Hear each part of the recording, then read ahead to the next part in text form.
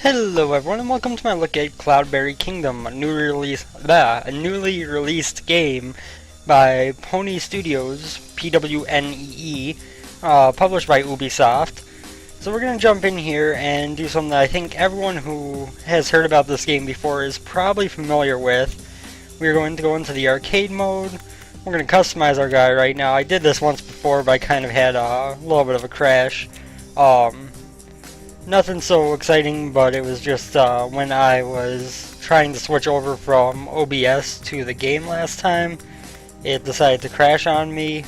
Not really crash, just it wouldn't respond. Let me go ahead, and I had no hat, I think. Now I look through all those. Cape color should be forest green, lining should be cyan, done. Except we do want to go back real quick, make sure the music and sound are still where I want them. I think they are, but I don't think it's turned down in my mixer anymore. My apologies. There we go. That should be better now. And then we will go to the arcade. We will join as our guy, and we will do escalation. Which, for those of you unfamiliar, escalation is essentially you play through as levels get progressively harder until you lose all your lives, to put it simply. Ready? Go! Yes, I am ready, and I will go. So, the main thing with Cloudberry Kingdom is it's a procedurally generated platforming game, where you are going to be trying to get as... Well, there is a story mode as well, but you are going to get a series of obstacles created in each level, and you are going to get a series of these guys created, and you try to collect all of them. Oh, there's our first death. Okay. How am I supposed to do this? I think I need to get like right on the edge there. There we go. Clouds seem like a royal pain, just judging from my early experience here. I know that there was a lot of coverage on this game before release due to the Infinity Cup they were doing, where people with the pre-release version were able to compete in the online leaderboards to see who would get the highest score before release. I remember I followed a little. That spike came up, I hesitated, and I died. I remember I was watching a little bit of that throughout the competition, but I did not see most of the very high-ranking runs. But yeah, so that was what was going on before the game release, which is why I'm sure there are probably a lot of people already familiar with this game, despite it just releasing today. But we're still going to jump into here, because it looked like a fun game, it looked like one I wanted to play, and so why not show it off? So we can run through here, and run, go. Perfect. So pretty much this mode called escalation is all about getting the highest score you can. Going through as much of the levels. I'm going through as many levels. Each time you get a perfect on a level, your multiplier is going to increase. Each time you die, it'll reset. Ooh. There we go. Or if you miss a gem in a level, it'll also reset. Oop. I probably should have jumped off of this guy. There we go. So note to self, you do not just bounce off at full height. You have to jump to get off those guys. It's good to learn. This isn't going so poorly for my first run of this game ever. So there are a variety of obstacles. As you can see there are those little bouncy blocks. We saw spikes, we saw different and we saw platforms that move on us. Obviously now there are the flame pillars a la Mario. There are some blocks that'll fall down when you go on them. Some that'll shoot upwards when you go on them. So there's definitely a wide variety of different obstacles you can encounter in this game, which is a good thing, because it varies up what you're going to run into on any given run. This is a very well designed, from what I've seen, procedural platformer. You know, occasionally you're going to get levels that are pretty similar, just based on, you know, eventually these things get to a point where they're so crazy and there's so much going on that to make it where there was never any kind of overlap in the way they were laid out would be almost impossible, because there's something on like almost every square inch of the screen. but the levels do vary quite a bit, and they do have, for the most part, you're going to want to run through the levels from what I've seen. You aren't going to want to take your time and try to wait for it too much, or else you're going to fall out of sync with the obstacles. But there are also times when you need to do that in order to succeed, so we'll see how things go. Right now, I mean, we're not doing great because I've died several times, but we're also not doing too poorly. Oh, those are bouncy blocks. Okay, so now bounce, bounce, bounce. Grab that, and these three. Oh! So one thing that I have learned from watching this game that we haven't run into yet is there are a lot of jumps that are really borderline pixel perfect, where if you aren't aligned right, you're not going to be able to make the jump, which is both a blessing and a curse. It makes the game much more challenging and gives much more of a difficulty spike to it. But at the same time, it's also going to be a little bit of, you know, maybe frustration causing if you're low on lives and you just can't seem to make that run just right. But for the meantime, we are going to keep going along through here. We're doing decently well. We have 20 lives left. This game is very enjoyable so far. I know I haven't played much of it, but it is just pretty much a platforming challenge game, which isn't something you see very often. You know, there are platformers that are difficult, but how often you see them where their goal is actually to just try to get as far as you can on increasing difficulties.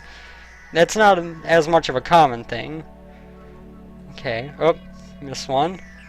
And jump onto this block, there we go. Of course, we're going to try to get as high a score as we can.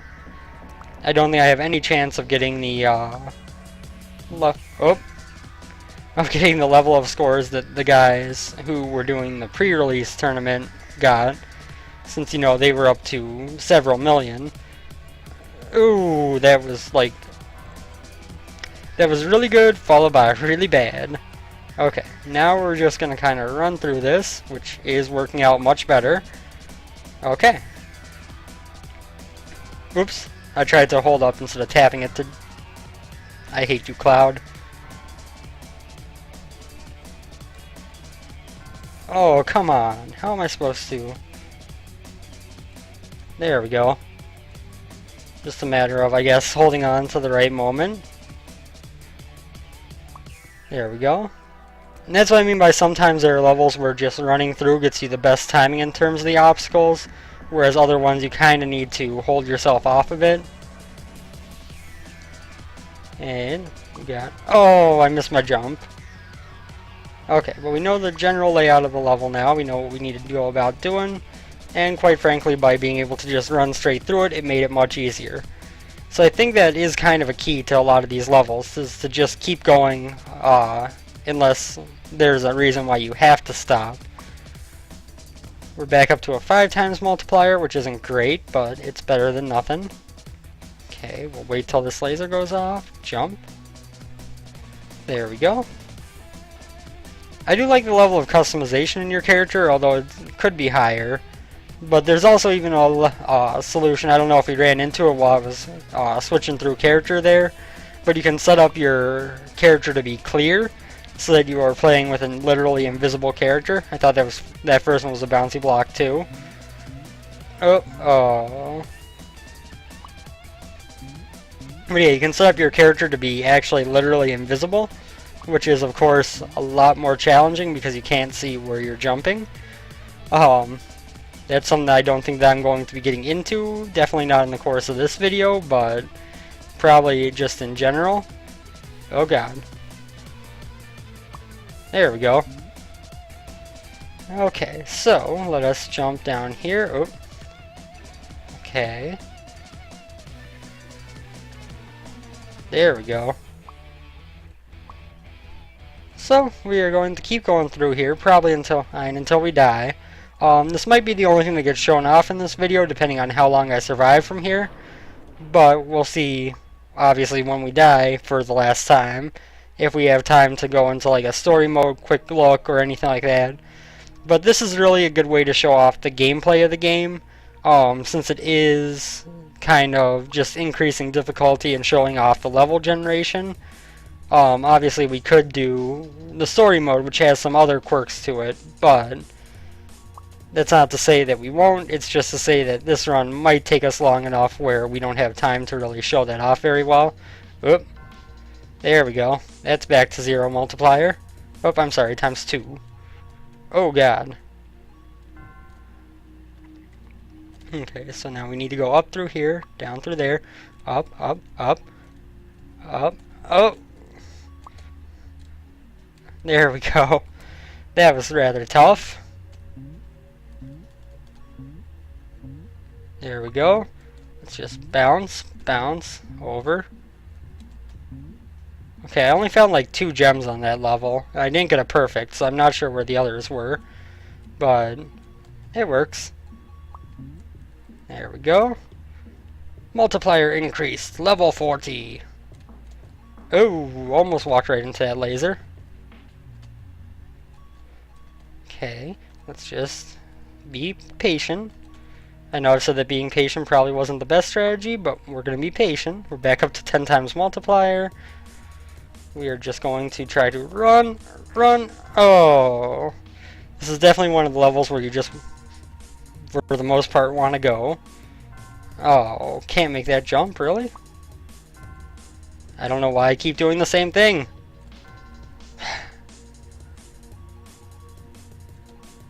There we go. Although we died anyway.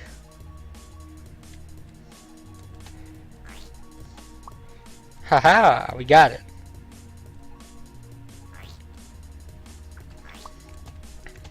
Oh, I took my time to jump on that fly and it killed me. There we go. Okay, let's get going. Oh, fire. Fire bad. There we go. It's a little bit of a juke right there, and we are on to the next level. So thoughts on this game as a whole is that it's a very interesting idea for a game. I don't know if I've ever seen a procedurally generated platforming game before, and it works pretty well. You know, I'm not sure. Oh, that was really stupid of me.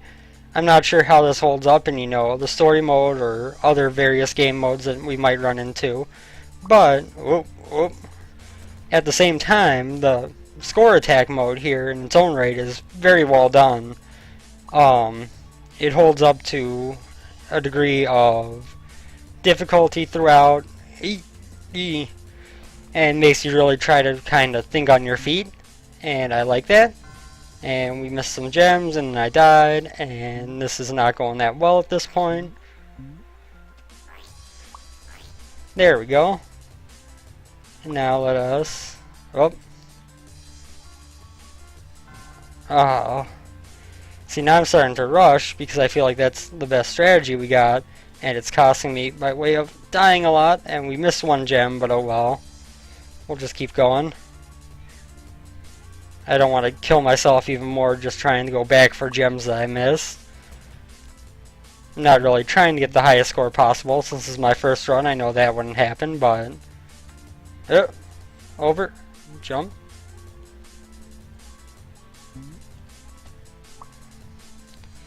I will say, playing this with the keyboard is kind of causing my fingers to hurt a bit. Just from the constant switching of what you need to be pressing and everything. You know, it's the same thing as a lot of difficult platformers where when you're playing them on a controller where you have a joystick or whatever the case may be, and you're using your thumb to control everything, it's easy. It's a little bit easier on your hands than when you're trying to control everything by way of you know, just a couple of fingers. Which is what I'm doing right now, because I am a fool and don't have a wired 360 controller to play games on the computer with, which is something that needs to change. I keep doing the same thing. This is probably where we die. Okay, you know what? We're going to go to the pause menu here to show this off. Throughout this adventure mode, you build up your coins, and you can choose to use a power-up. These increase in cost as you go through the level more. So we're going to take this one, which will show you a path through the level while we play. And then this is going to show us what we need to do. and the timing of everything. Ah, I see what I need to do.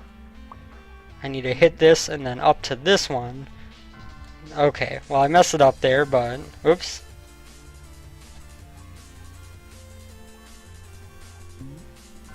Oh. And this is where we die. Yep, there we go. So we got to level 51 on my first playthrough, so that wasn't the best for me. Let's see, top score is escalation. 2,374,000 is the high score right now. As you can see, a lot of the people on these leaderboards are are the people who were involved in the Infinity Cup. Yeah, as you can see, these were all people, not all people, but several of them are people who were involved in that Infinity Cup. It does seem kind of weird that it doesn't give you a way to just jump to yourself on the leaderboard, but no big worries there. I am currently number 228 out of who knows how many. Hey, I'm beating Omwrecker. That seems like an accomplishment. And we will go ahead and do done, so we can briefly jump into the story mode here. So let's show off what the story mode's all about. Chapter 1, the sea, I guess. I haven't actually seen the story mode played, so... Oh, we got a cutscene going on here. Actually, yes. Who'd have thought that killing a washed-up hero would be so much fun? I'm not dead yet. You would be if you had an actual neck to strangle. You're nothing but head. Butthead, I think you mean head butt. Seriously, Bob? You call this a rescue? Who said I was here for you, princess? Every medieval fairy tale ever written? What a lovely reunion. Can I offer you some punch?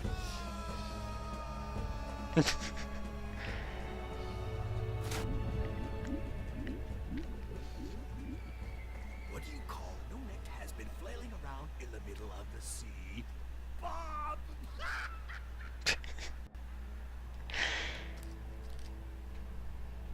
I've got bigger fish to fry than you. Okay, so this story mode apparently has cutscenes, which in my opinion are quite entertaining. The voice acting in them is quite good too, all things considered, given the fact that it's, you know, based around its procedurally generated platforming. The fact that they put the effort into the voice work like that is actually really nice to see. So story mode looks like more of the same, just kind of themed, and with the cutscenes to go along with it. I think there is some stuff that comes up later in terms of different power-ups and stuff you can get that you don't really find while you're going through the escalation mode.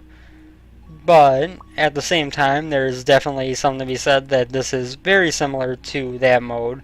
It's not like it's an entirely different game in story mode. It's actually quite similar, with just a little bit difference in how it runs. Or how it progresses in terms of, you know, you're going through story levels, so you're going to get cutscenes, you're going to get more of a progression feeling than just going through the same level over and over again. It also seems like there's no score tracker on the story mode, so that, as well as, you know, one of the differences, that seems to be something. What it is, I don't know, but it's something, for sure. And we will go up here. So yeah, I mean, if you're going to play through this game, I'm sure the story mode has its own benefits to go through, but probably what you're going to be most into is the score attack mode, which certainly holds its own throughout the time I've spent with it. Level cleared. Continue or watch replay? Continue. Double jump. Ooh. That's awesome. So now I can tap jump twice and jump higher. Obviously, hence the term double jump, but whoa. Okay, you know what I said about this being very similar to what we've seen in the escalation mode? I take that back, because this is showing off some differences now. Whoops. I missed bouncing off the fly. My bad. You jump, bounce, bounce, jump, jump. I'm guessing those are like continues or something along those lines. Oops. I quite enjoy this game so far, and the soundtrack's pretty good too. I know since I pre-ordered, and I know with the pre-order you got the soundtrack with the game. I'm not sure how it's available other than that, but the soundtrack from what I've heard of it is pretty good. I just royally messed up there. Oh, those are checkpoints. So if you die, you come back to where you last picked up one of those little flying coins. I got it. I understand now. We're just gonna go. The coins do a multiple purpose. Obviously during the score attack mode, they're the way that you get a higher score. But during any of the modes, they are kind of a way to show you the path through the level. If you follow the coins, you're gonna be taking the path that the level kind of is designed around, which is a good thing considering that, you know, they successfully do so by way of still while having the game procedurally generated, which seems like it would be a bit more difficult than doing so in, you know, putting the coins along the expected route in a Mario game where you can map out every detail of your coin placement. So I do have to applaud them for these coins being laid out to show you the best path through the level. Of course, they aren't as effective as, you know, the item does it, but also in their own right. Oh god. Well, we just got a checkpoint, so that's a plus. And then we need to go over here, bounce, over here, bounce, up. Perfect. Oops. That was just me being stupid. Need a double jump. The whole chapter isn't... Oh, no, you don't need a double jump. My bad. Okay, so now we jump on there, go. So I wonder what other kind of power... Oh, my apologies for that. I wonder what other kind of power-ups there are throughout the story mode here. Oh god. Crusher! 10 out of 14 in 10.09 seconds. Jetman. Okay, so now we can kind of boost ourselves up with a jetpack. That's kind of nice to see. Oh god. Jetpack not as good as I thought it would be. It definitely preserves your momentum, so if you kind of slow yourself down to come to a stop and pick up gems, you're probably not going to put yourself in the best position. Whee! I made it up to the top part. Somehow it seems like a fire-based jetpack wouldn't work nearly as well in the rain. Oops.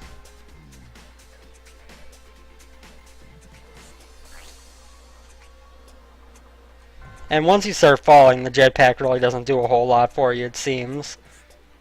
Well, we're just going to take the short way through the level. Whoop. There we go. And then we're gonna... Whoa! Yeah, Jetman I'm not a big fan of actually so far. Just because the jetpack takes a lot of getting used to its mechanics. You know, most games where you have a jetpack, making a jump like I just tried to make there would probably work. In this one it seems like it's kind of designed to prevent things like that from being done. Where, you know, once I jump up, if I start activating the jetpack on the way down, if I'm high enough to begin with, it's not going to really work and do anything for me, which I think is both a positive and a negative. It makes it feel like it's a little bit worthless if you don't activate it right when you jump, which I don't know if that's really a good thing, but at the same time, it does prevent it from becoming a just free movement, I guess you could say. So at the same time, I guess there is a benefit to having it that way, but I kind of prefer the more stereotypical jetpack mode of essentially the mode where that would have just worked fine. But yeah, it's an interesting mechanic nonetheless. We are going to... Woo! So now as long as we stay here, this guy can't hit us. We can duck, by the way. I haven't done that at all, but you can. Oop. See, that's what I mean. If I stop my jetpack for even a second, suddenly I'm completely unable to get any air back, which I feel is kind of not the best design. I don't know if you guys are seeing a little bit of screen flicker that I'm getting occasionally. For from what the system requirements said, I've looked at them since I noticed that when I started up to record the first time. It does list like a certain set of video cards that are supported, and then says these are the only ones supported. Obviously, the game is running fine on my Intel HD graphics, which, as those of you who know a thing or two about computer graphics, the Intel series of cards that are on a lot of laptops are not exactly very good for gaming. In fact, they're one of the poorer choices in general. But obviously, that wasn't on the card select screen, which I probably would have hesitated to buy this if I had noticed it beforehand. But yeah, that wasn't on the select screen. But where was I going with this? Oh yeah, that wasn't on the requirement screen, not select screen. And so, you know, I think the screen flicker has to do with it not being one of the cards that's technically supported. But obviously the game itself runs fine, and those moments are few and far between, in my opinion.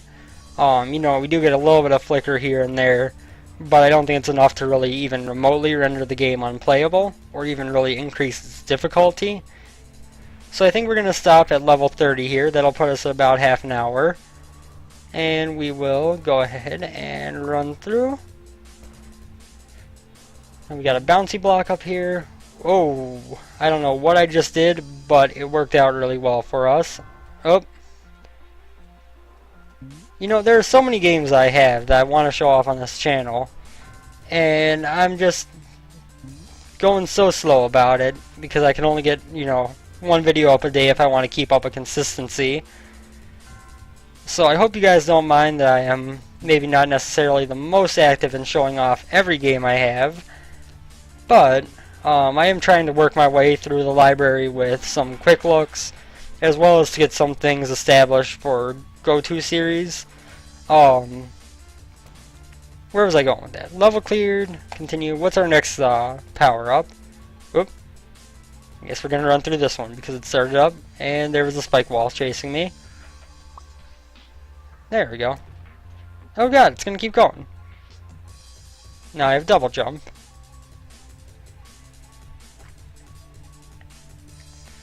But anyway, we're going to escape, exit level. So yeah, I am trying to go through a bunch of the games I do have, showing them off, as well as have some things I'm going to come back to. You know, there's guaranteed going to be an episode of Legend of Dungeon using the beta. I might even record that today. If not today, I'll be recording it Sunday, and it'll start going up then.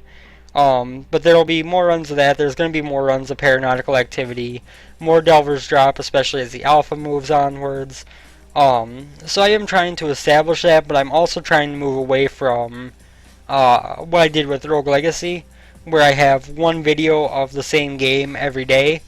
There's nothing wrong with that, so to speak, but I do feel like for a while there I had one game that I was playing on channel and nothing else, and that kind of made me feel like it was getting kind of redundant. If I had the time to record two videos a day, you know, even that would make a huge difference and allow me to kind of have a more consistent Let's Play series alongside different videos, but at the moment I just don't have the time to pull that off really. So yeah, anyway, that's going to be the end of our video on Cloudberry Kingdom. My opinion is that I do recommend it, especially if you have a controller. As I mentioned, using the keyboard, you know, my fingers that were pressing, especially the run keys, as we moved on and got into more difficult areas, we're getting a bit sore. With a controller, that alleviates a lot of that problem because you're able to use your thumb on a joystick instead of using the control and instead of using the arrow keys. But yeah, other than that, you know, the game is put together well. It's a fun game. It's very much enjoyable. It's very difficult, and I highly recommend it. Although, you know, it's not going to be the best game you've ever played. It's not going to blow you away, I don't think. It's also a very well put together platformer that's procedurally generated, so it's not going to be the same every time you run through the game. And that is enough in its own right to earn a recommendation from me. Thank you guys for watching, and I will see you on the next episode.